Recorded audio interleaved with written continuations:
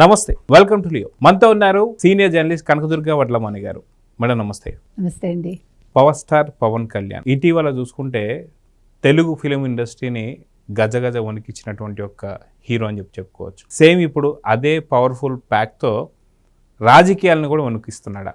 అదేవిధంగా చూసుకుంటే కూటమిలో జనసేనకి 100% స్ట్రైక్ రేట్ కూడా నిజంగా ఇండియాలో ఒక సరికొత్త రికార్డ్ అని చెప్పేసి అనుకోవచ్చు. అనుకున్న 21 సీట్స్కి 21 సీట్స్ కైవసం చేసుకోవడం. అదేవిధంగా రాబోతున్నటువంటి ఒక 2028 నాటి తెలంగాణ ఎన్నికల్లో కూడా పాగా వేయబోతున్నారా అనే భయంతోనే నిన్న కవిత మాట్లాడిన మాటలు కావచ్చు, లేదా హరీష్ రావు మాట్లాడిన మాటలు కావచ్చు, ఇలా వీళ్ళందరూ తెలంగాణకు సంబంధించి ఎందుకని భయపడుతున్నారు? పవన్ కళ్యాణ్ గారు తెలంగాణలో ఆయన ఒక మీటింగ్ పెట్టుకోవాలంటే పర్మిషన్స్ కూడా ఇవ్వనటువంటి పరిస్థితి ఏంటి, ఎలా చూడాలి? ఇప్పుడు మీరు అన్నట్టుగా పవన్ కళ్యాణ్ పార్టీ ఎక్కడ పెట్టారండి? హైదరాబాదే కదా, తెలంగాణనే స్టార్ట్ అయింది హైదరాబాద్, తెలంగాణ కదా, తెలంగాణ వ్యక్తి కదా, తెలంగాణ అంటే అభిమానం కదా. ఆయన కుమ్రం భీమ్ కూడా చేశారు కదా పాత్ర, అంటే దాని ఇన్స్పిరేషన్తో. అంటే నేను అనేది ఇంతకంటే ఏం కావాలి? Plus points. రెండోది, ఇప్పుడు బీఆర్ఎస్కి సంబంధించి కేసీఆర్ 500 కార్లతో మహారాష్ట్ర వెళ్తారు, ఛత్తీస్గఢ్ వెళ్తాడు. ఆయన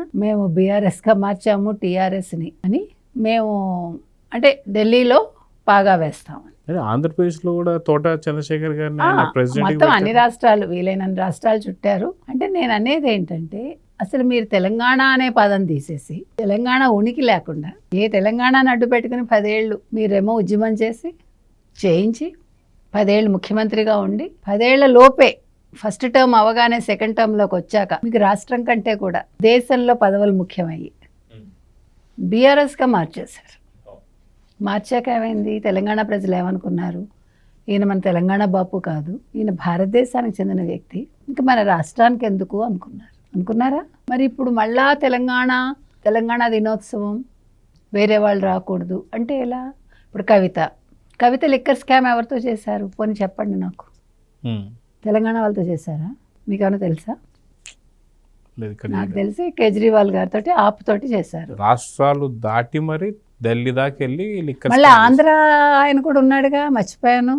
శరత్ చంద్ర ఉన్నారుగా పాపం, విజయసాయి రెడ్డి గారు అల్లుడు గారు. అది కాక ఆంధ్రప్రదేశ్లో బ్యూటీ పార్లర్లు కూడా పెట్టారుగా కవిత గారు.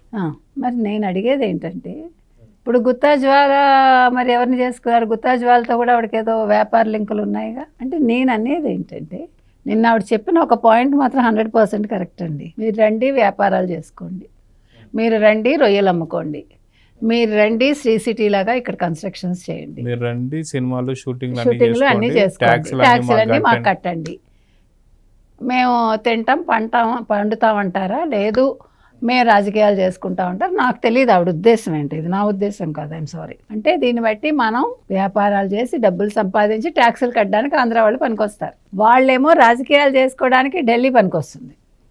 మళ్ళీ ఢిల్లీలో వ్యాపారాలు కూడా చేసుకోవచ్చు, లిక్కర్ స్కామ్లు కూడా చేసుకోవచ్చు. కానీ పవన్ కళ్యాణ్ ఇక్కడ వచ్చి సభ పెట్టకూడదు.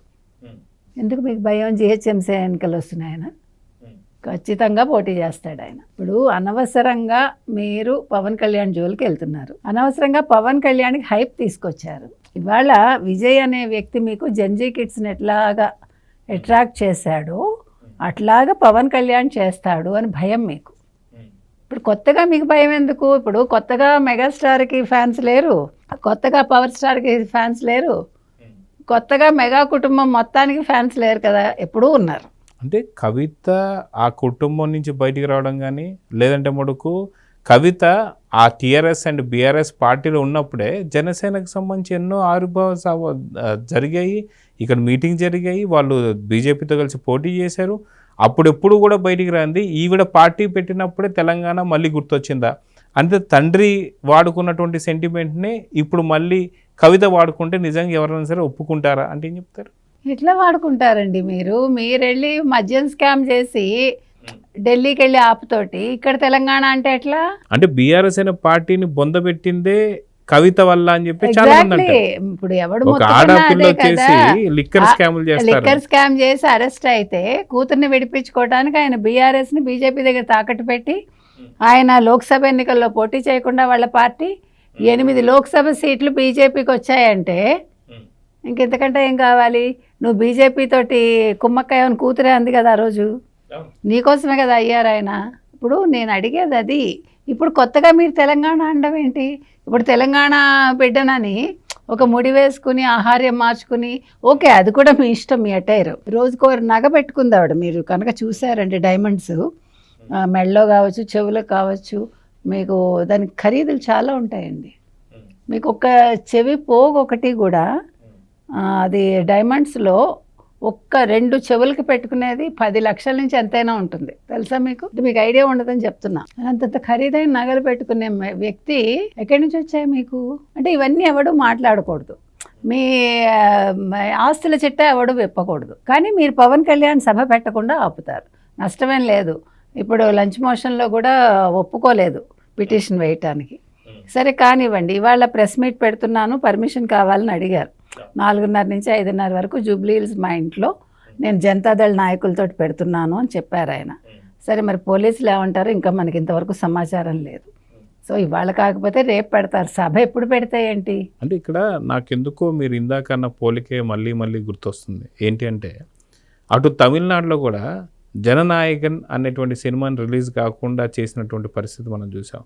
దాని తర్వాత ఆయన పైన ఎన్నో రకాల విమర్శలు ఏంటండి, సభలు పెట్టనివ్వలేదు. సభకి 50,000 మంది కంటే ఎక్కువ రాకూడదన్న రెస్ట్రిక్షన్స్ పెట్టారు. పెళ్లిళ్ళ గురించి, భార్య గురించి అన్ని మాట్లాడారు. కానీ ఇప్పుడు వాళ్ళకి ఏకు మేకై యముడికి మొగుడే కూర్చున్నట్టుగా ఇప్పుడు రేపు పొద్దున పవన్ కళ్యాణ్ గారి పరిస్థితి కూడా ఇంతే. మీకు అక్కడికే వస్తున్నాను. ఇప్పుడు జయలలిత ఆవిడ ఫీనిక్స్ లాగా పైకి వచ్చారు కదా, ఒక ఫీనిక్స్ పక్షిలాగా. అలాగా ఇవాళ పవన్ కళ్యాణ్ తెలంగాణలో ఒక ఫీనిక్స్ పక్షిలాగా వస్తాడు. అంటే బూడిదలోంచి వస్తుంది, అది బూడిదలోంచి పుడుతుంది అట్లా. అందుకని ఇవాళ తెలంగాణ ఫీనిక్స్ పవన్. రెండోది, ఇప్పుడు రానున్న జిహెచ్ఎంసీ ఎన్నికల్లో ఖచ్చితంగా జనసేన ఒంటరిగా అయినా పోటీ చేస్తుంది. జనసేన పోటీ చేస్తే తెలంగాణ తెలుగుదేశం, తెలంగాణ బీజేపీ సమర్థిస్తాయి. ఖచ్చితంగా 2028లో జనసేన అన్ని నియోజకవర్గాల్లో పోటీ చేస్తుంది. అంటే ఎన్ని సీట్లు ఉన్నాయో తెలంగాణలో అన్నింటిలో ప్లస్ కూటమిగానే వస్తారు. 2028లో ఎవరు పవన్ కళ్యాణ్ ముఖ్యమంత్రి అయినా మీరు తెలంగాణకి ఆశ్చర్యపోకండి. నిన్న చెప్పాను, ఇవాళ చెప్తున్నాను, రేపు చెప్తా. అర్థమైందా? కాబట్టి నష్టం ఏమీ లేదు. ఇప్పుడు పవన్ కళ్యాణ్ మీరు ఎంత తొక్కాలనుకుంటే అంత లేస్తాడు. ఇప్పుడు అనవసరంగా వైసీపీ పెట్టుకుంది, నువ్వు పనికిమాలిన వాడివంది, చేతకాని వాడివంది, 3 భార్యలంది, తెల్లారులేస్తే పిల్లల ముందు కూడా మాట్లాడింది. ఏమైంది? ఆంధ్రప్రదేశ్ ప్రజలు 100% నిన్ను ఎన్నుకుంటున్నాము అన్నారు, ఎన్నుకున్నారు. అంతకుముందు వాళ్ళే ఓడించారు. అంటే వాళ్ళు సీరియస్గా తీసుకోలే. ఇక్కడ ఒక విషయం, పవన్ కళ్యాణ్ కూడా సీరియస్గా తీసుకోలే. తను సేవ కోసం వచ్చాడు అంతే. అందుకని నెగ్గాలా ఓడాలా అని ఆలోచించలేదు. ఓడాక అందరూ అన్నాక అప్పుడు ఓహో మన నెగ్గాలి కాబోసు అనుకున్నాడు ఆయన. అనుకుని ఏం చేశారు? దాని మీద దృష్టి పెట్టారు. ఇప్పుడు తెలుగుదేశంతో కలవకపోయినా జనసేన నెగ్గుతుంది, తెలుగుదేశం నెగ్గుతుంది. తెలుగుదేశంతో కలిసినా నెగ్గుతుంది జనసేన, తెలుగుదేశం నెగ్గుతుంది. ఎందుకంటే ప్రజలలో ఒక అవర్షన్ ఉంది, వాళ్ళకి వైసీపీ వద్దు. జగన్మోహన్ రెడ్డి మీద ఒక అంటే ఏమంటారంటే ఇంకా ఒకలాంటి జుగుప్స, విరక్తి, అన్ని రకాలుగా మీకు ఏవే పదాలు ఉంటాయి అన్నీ వచ్చాయి. సో అప్పుడు వాళ్ళకి ఈయన చెప్పిన మాటలు నచ్చాయి, చంద్రబాబు చెప్పిన మాటలు నచ్చాయి, వాళ్ళు ఓటు వేశారు. అందుకని మళ్ళీ తెలివి తక్కువ పని చేయరు. ఏ తెలివి తక్కువ పని? వైసీపీకి ఓటు వేసి మళ్ళీ జగన్మోహన్ రెడ్డి 2029 2.0 ఇక్కడ కూడా ఏంటి ఈ కండువా వచ్చాక అంది నిన్న కవిత. మరి ఈ కండువా ఏం తెచ్చిందో నాకైతే తెలియదు. 2.0 సరే, అక్కడ 2.0, ఇక్కడ 2.0, అక్కడ జగన్, ఇక్కడ కవిత. మొత్తానికి ఏమవుతారో దేవుడు చెప్తాడు, లేదు తెలంగాణ ప్రజలు చెప్తారు, అక్కడ ఆంధ్ర ప్రజలు చెప్తారు. సో ఇవాళ ఫైనల్గా నేను చెప్పేది ఏంటంటే, పవన్ కళ్యాణ్ చూసి ఎందుకు భయపడుతున్నారు కవిత మీరు అంటే, మీరు భయపడుతున్నారు. నేను ఇంకోటి కూడా చెప్తున్నానండి, ఈవెన్ రేవంత్ రెడ్డి గారికైనా, మీరెవరు కూడా ఎవరిని సభలు పెట్టుకోవద్దని చెప్పకండి. రాజకీయాలకు అతీతంగా ఎవరు ఉండరు, అందరూ రాజకీయం చేస్తారు. ఎవరు ఎక్కడైనా రాజకీయం చేయొచ్చు. మిమ్మల్ని గెలిపించడంలో ఆంధ్ర వాళ్ళ పాత్ర ఉంది, తెలుగుదేశం పాత్ర ఉంది, అది మీరు మర్చిపోవద్దు. మీరంటే మా అందరికీ గౌరవం. కాబట్టి ఆ గౌరవాన్ని కాపాడుకుంటూ పవన్ కళ్యాణ్ని రానివ్వండి, సభలు పెట్టుకొనివ్వండి, మాట్లాడనివ్వండి, గొంతు నొక్కడానికి ప్రయత్నించకండి. అది మనం చెప్తున్నాం. సో చూద్దాం మేడం, ఖచ్చితంగా ఏదైతే తెలంగాణ ప్రాంతీయవాదం తీసుకొని ప్రొఫెసర్ నాగేశ్వరరావు ఏదైతే స్వేచ్ఛ గురించి మాట్లాడాడో, మరి అదే పవన్ కళ్యాణ్ జనసేనకు సంబంధించి ఈరోజు సభ పెట్టుకునేటువంటి స్వేచ్ఛ ఇవ్వకుండా చేస్తూ అణిచివేయాలని చూస్తున్నటువంటి సందర్భం మనకు కనిపిస్తుంది. కానీ వీటన్నిటికీ కూడా స్వస్తి పలకాలతో కోరుకుందాం. నమస్తే. Please subscribe to Leo News for more videos.